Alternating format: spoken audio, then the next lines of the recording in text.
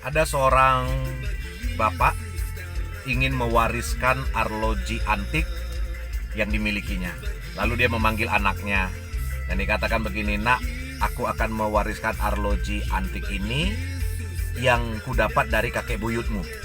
Tapi sebelum aku wariskan kepadamu, aku ingin kau membawa arloji ini ke toko arloji yang ada di seberang jalan. Katakan aku mau menjual arloji ini dan dihargain berapa." Si anak ini segera bergegas ke toko arloji yang ada di seberang jalan dan dia tanya, "Saya ingin menjual arloji ini, berapa dihargain?" Lalu petugas toko ini melihat arloji dan mengatakan, "Arloji ini sudah cukup tua dan tidak punya nilai. Kami hanya berani menghargai paling tinggi 500.000. Lalu si anak pulang kepada bapaknya dan mengatakan arloji ini dihargain hanya 500.000. Lalu si bapak bilang, "Sekarang pergi ke toko arloji antik yang ada di sudut jalan sana. Katakan saya ingin mau menjual arloji ini, berapa dihargai?" Lalu si anak ini pergi ke toko antik dan dia mengatakan, "Saya ingin menjual arloji saya ini."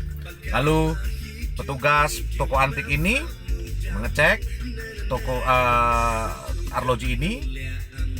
Setelah itu dia katakan, "Arloji ini punya nilai yang cukup tinggi karena sudah sangat antik, tapi kami hanya berani menghargai 50 juta.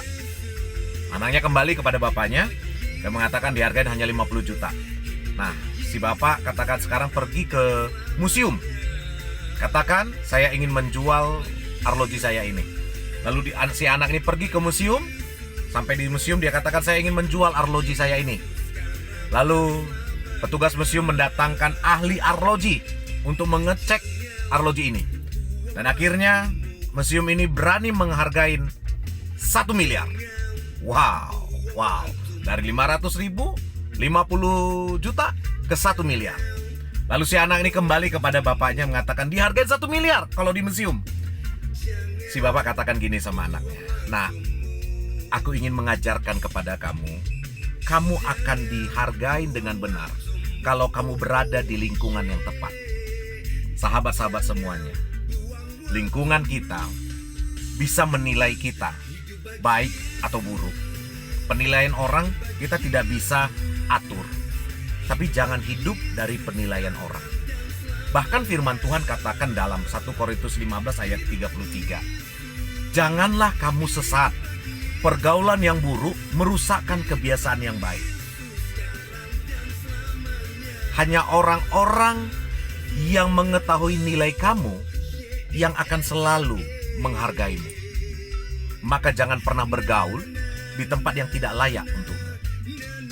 Jangan pernah kamu tinggal di tempat yang salah lalu marah karena mereka tidak menghargaimu. Hati-hati dalam pergaulan. Saya John Ketaren, masih dalam channel Amanat Agung Kisah Hidupku, Firman on the Road. God bless you. Bye-bye.